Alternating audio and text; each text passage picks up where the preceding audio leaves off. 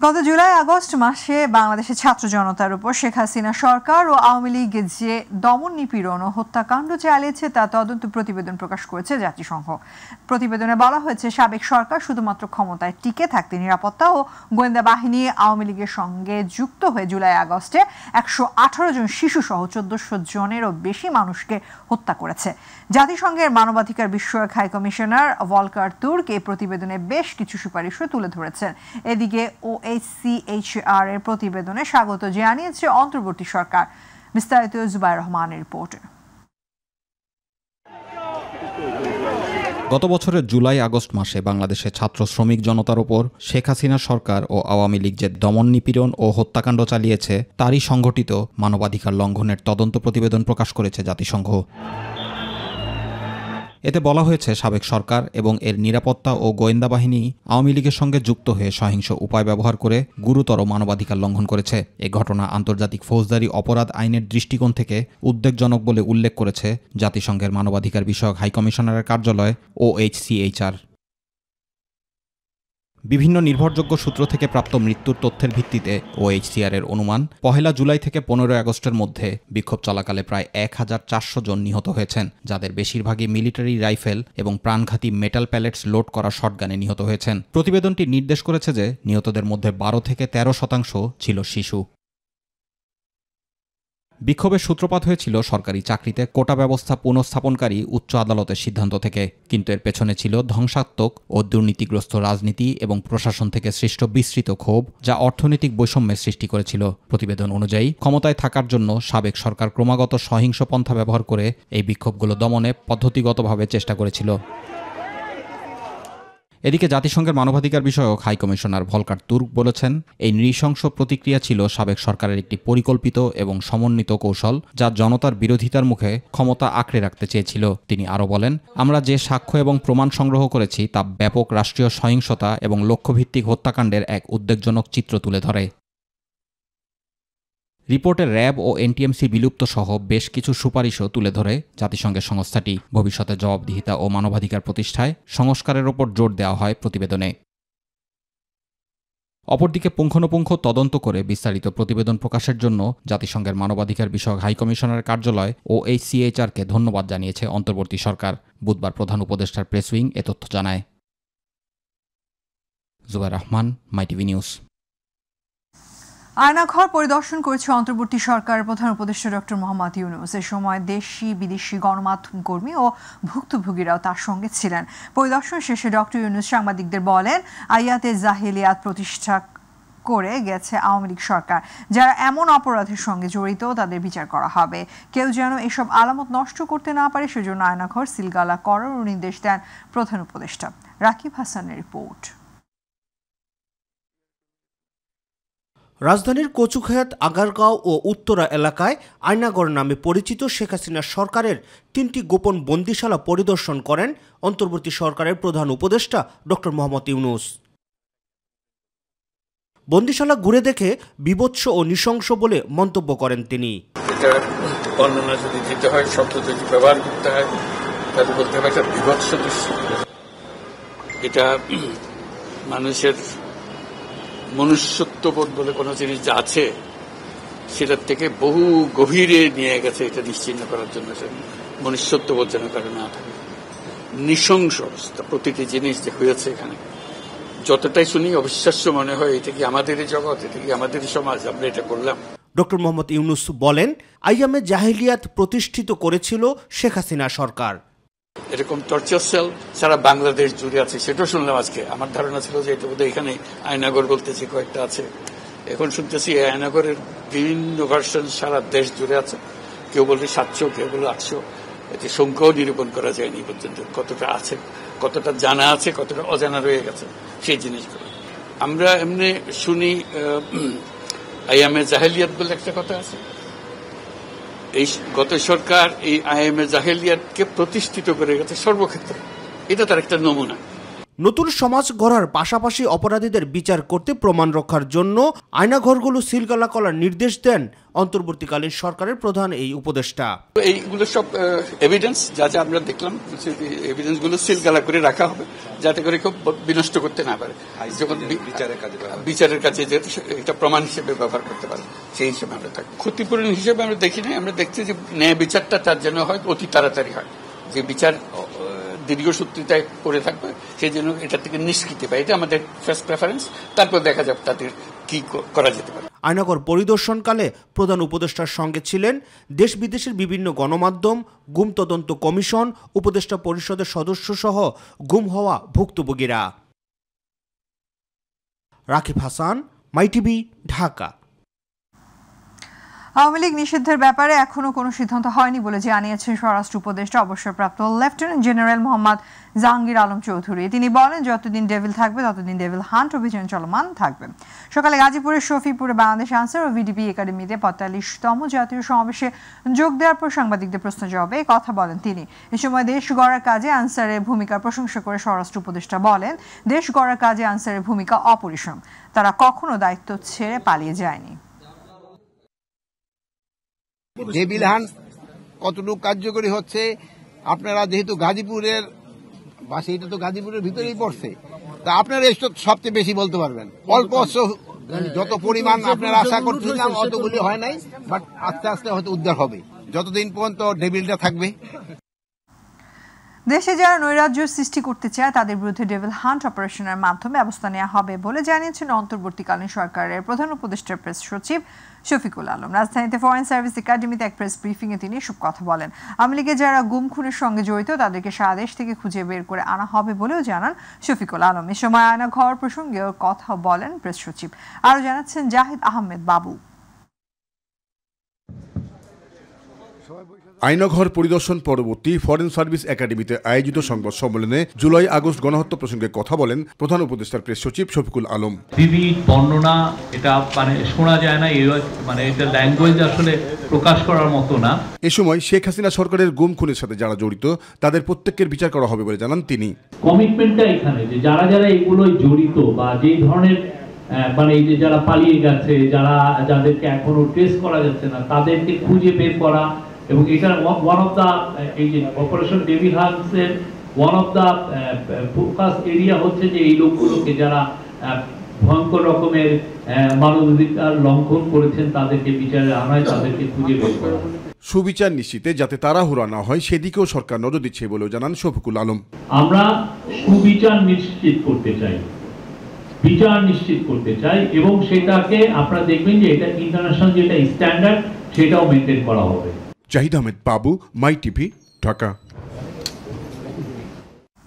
আগামী ত্রয়োদশ জাতীয় সংসদ নির্বাচন, স্থানীয় সরকার বিভিন্ন নির্বাচনের জন্য ৫,৯২১ কোটি টাকা চেয়েছে নির্বাচন কমিশন ইসি। এর মধ্যে প্রায় ২,৮০০ কোটি টাকা জাতীয় নির্বাচনে ব্যয় হতে পারে বলে জানিয়েছেন ইসির অতিরিক্ত সচিবকে এম আলী নেওয়াজ। নির্বাচন কমিশনের ৩ অর্থ বছরের মধ্যমেয়াদী বাজেট প্রাক্কলনের কার্য বিবরণী থেকে ইসির চাহিদাপত্র পাওয়া গেছে।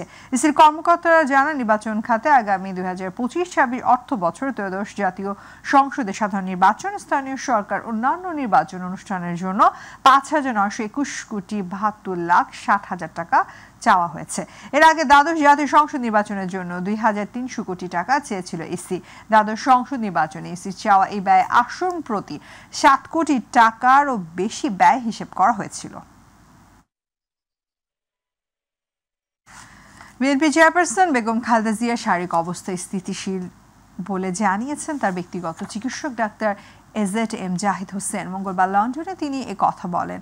ডাক্তার জাহিদ বলেন, এই মুহূর্তে তিনি তার বড় ছেলে ও বিএনপির ভারপ্রাপ্ত চেয়ারম্যান তারেক রহমানের বাসায় প্রফেসর প্যাট্রিক কেনেডি জেনিফার ক্রসের তত্ত্বাবধানে চিকিৎসাধীন রয়েছেন। সুস্থ হওয়ার পর চিকিৎসকরা অনুমতি দিলেই বেগম জিয়া দেশে ফিরবেন। ইউসুফ আলীর রিপোর্ট। গত ৮ জানুয়ারি থেকে যুক্তরাজ্যের লন্ডন ক্লিনিকে চিকিৎসাধীন ছিলেন বিএনপির চেয়ারপারসন বেগম খালেদা জিয়া।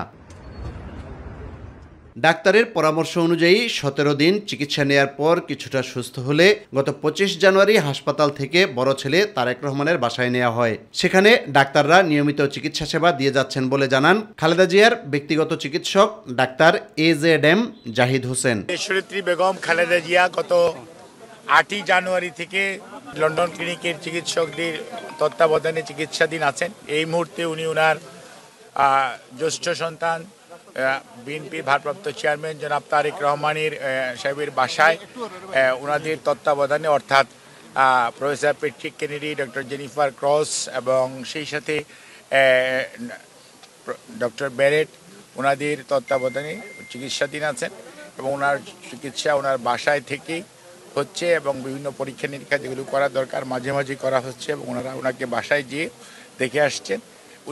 বড় ছেলে তারেক রহমান, পুত্রবধূ জোবাইদা ও শর্মিলা রহমান, নাতনি জাইমা রহমানের দেখাশোনা এবং ডাক্তারের চিকিৎসা সেবায় খালেদা জিয়া এখন অনেকটাই সুস্থ বোধ করছেন বলে জানান বিএনপির স্থায়ী কমিটির সদস্য জাহিদ হোসেন। উনি অনেকটাই আগের চেয়ে অনেক বেটার আছেন এবং উনি সার্বক্ষণিকভাবেই চিকিৎসকদের তত্ত্বাবধানে এখানে চিকিৎসা চলছে। ওনার শারীরিক অবস্থা এই মুহূর্তে স্থিতিশীল এবং আপনারা ওনার সুস্থতার জন্য দোয়া করবেন। পরিপূর্ণ সুস্থ হলে সাবেক প্রধানমন্ত্রী বেগম খালেদা জিয়া দেশে ফিরতে পারেন বলে জানান তার ব্যক্তিগত এই চিকিৎসক। এখানকার চিকিৎসকরা যেই দিন ওনাকে যাওয়ার জন্য পরামর্শ দিবেন বা ওনাকে মনে করবেন যে বিদেশে থেকে দেশে ফেরত যাওয়ার মতো একটি অবস্থার মধ্যে আছেন, তখন ইনশাল্লাহ উনি বাংলাদেশে ফেরত যাবেন। ইউসুফ আলী, মাই টিভি, ঢাকা। নবনির্মিত যমুনা রেল সেতুতে আজ থেকে শুরু হলো যাত্রীবাহী ট্রেন চলাচল। এর মাধ্যমে আজ থেকে যমুনা বহুমুখী সেতুতে বন্ধ হলো ট্রেন চলাচল। বেলা 11:15টার দিকে রাজশাহী থেকে ছেড়ে আসা সিল্ক সিটি এক্সপ্রেস ট্রেনটি প্রথম পাড়ি দেয় নতুন এই সেতু। পর্যায়ক্রমে শিডিউল অনুযায়ী বাকি ট্রেনগুলো যাবে। 4.8 কিলোমিটার দীর্ঘ যমুনা রেল সেতুতে দুটি লাইন থাকলেও প্রথমে সেতুর উত্তর পাশে একটি লাইন দিয়ে উভয় দিকে ট্রেন চলাচল করবে। আগামী 18 ফেব্রুয়ারি নতুন রেল সেতুর আনুষ্ঠানিক উদ্বোধন করা হবে। যোগাযোগ উপদেষ্টা সহ কর্মকর্তারা ওই অনুষ্ঠানে থাকবেন। ওই দিন থেকে দুই লাইনে ট্রেন চলাচল শুরু হবে।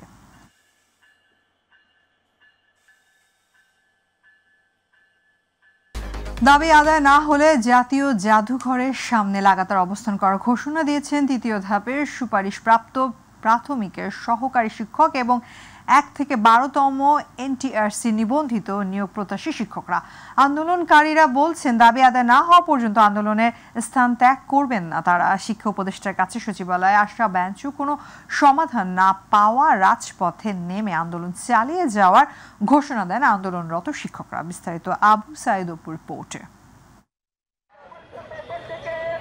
রাজধানীর শাহবাগ মোড় অবরোধ করে আন্দোলন করা প্রাথমিক বিদ্যালয়ের সুপারিশপ্রাপ্ত শিক্ষক শিক্ষিকাদের পুলিশ জলকামান ও টিয়ার সেল নিক্ষেপ করলেও বারবার ফিরে আসছেন তারা। আর তাই এবার জাতীয় জাদুঘরের সামনে অবস্থান নিয়েছে আন্দোলনরত শিক্ষক শিক্ষিকারা, দিচ্ছেন নানা স্লোগান।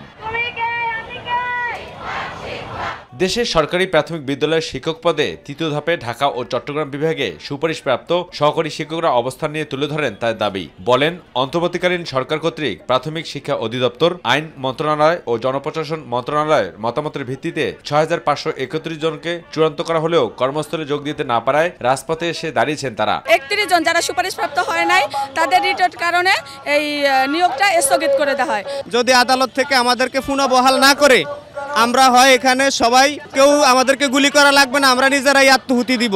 গেল বৃহস্পতিবার 6 ফেব্রুয়ারি ঢাকা ও চট্টগ্রাম বিভাগে সরকারি প্রাথমিক বিদ্যালয়ের শিক্ষক পদে কোটায় নির্বাচিত হওয়ার ফলাফল বাতিল করেন হাইকোর্ট। পাশাপাশি আদালত মেধার ভিত্তিতে নতুন করে ফল প্রকাশের আদেশও দেন। তারপরেও কেন তারা রাজপথে, সেই জবাব দেন আন্দোলনরত চাকুরি প্রত্যাশীরা। এখন নিয়োগ বাতিল করে দিবে, এটা কোন ধরনের অন্যায়? যতদিন পর্যন্ত নিয়োগপত্র না দিবে তার পরিবর্তে আমাদের যদি জীবন নেয় তাও আমরা জীবন দিতে রাজি। কেন এই বৈষম্য, কেন এই সরকারের আমলে আবার আমাদের রেজাল্ট বাতিল করা হলো? তবে আন্দোলনকারীদের ভাষ্য, তাদের নিয়োগ বাতিল করে যে রায় দেওয়া হয়েছে সেটি বৈষম্যমূলক। বর্তমান সরকার তাদের নিয়োগের সুপারিশ করে আবার তা বাতিল করেছে, আর তাই কঠোর আন্দোলনের হুঁশিয়ারি দেন তারা। আপনারা যদি মনে করেন শুধু রাজপথে চিল্লাচিল্লি করার জন্য, স্লোগান দেওয়ার জন্য আমরা এখানে এসেছি, তাহলে আপনাদের ভুল ধারণা। নির্ভরযোগ্য কোনো আশ্বস্ততা না পাই তাহলে আমরা আমাদের আন্দোলন কঠোরতম ভাবে ঘোষণা করব। গেল 7 দিন ধরে তারা এই আন্দোলন চলমান রেখেছেন। যদিও সচিবালয়ে শিক্ষা উপদেষ্টার সাথে দেখা করে প্রত্যাশিত ফল না মেলায় অব্যাহত থাকবে প্রাথমিক বিদ্যালয়ের সুপারিশপ্রাপ্ত শিক্ষক শিক্ষিকাদের আন্দোলন। আবু সাইদ অপু, মাই টিভি, ঢাকা। অবশেষে চট্টগ্রাম থেকে ঢাকায় পাইপলাইনে জ্বালানি তেল সরবরাহ শুরু হয়েছে। পাইপলাইনে জ্বালানি তেল সরবরাহের এই কার্যক্রম দেশের জ্বালানি খাতের ইতিহাসে বৈপ্লবিক পরিবর্তন সাধনের পাশাপাশি বছরে কয়েক হাজার কোটি টাকা রক্ষা করবে। এছাড়া সিস্টেম লস কমবে। একই সাথে দেশের প্রথম সর্বাধুনিক অটোমেটেড ডিপোর কার্যক্রমও অচিরে শুরু হবে। চট্টগ্রাম থেকে নারায়ণগঞ্জের গুদনাইল পর্যন্ত বিস্তৃত 250 কিলোমিটার এই পাইপলাইনের গত রাত 9টা পর্যন্ত 48 লাখ লিটার জ্বালানি তেল সরবরাহ দেওয়া হয়েছে। প্রায় 2,500 কোটি টাকা ব্যয়ে চট্টগ্রাম থেকে কুমিল্লা, চাঁদপুর, ব্রাহ্মণবাড়িয়া, নারায়ণগঞ্জ, ঢাকা সহ সন্নিহিত অঞ্চলে পাইপলাইনে জ্বালানি তেল সরবরাহ দেওয়ার জন্য একটি প্রকল্প বাস্তবায়ন করা হয়।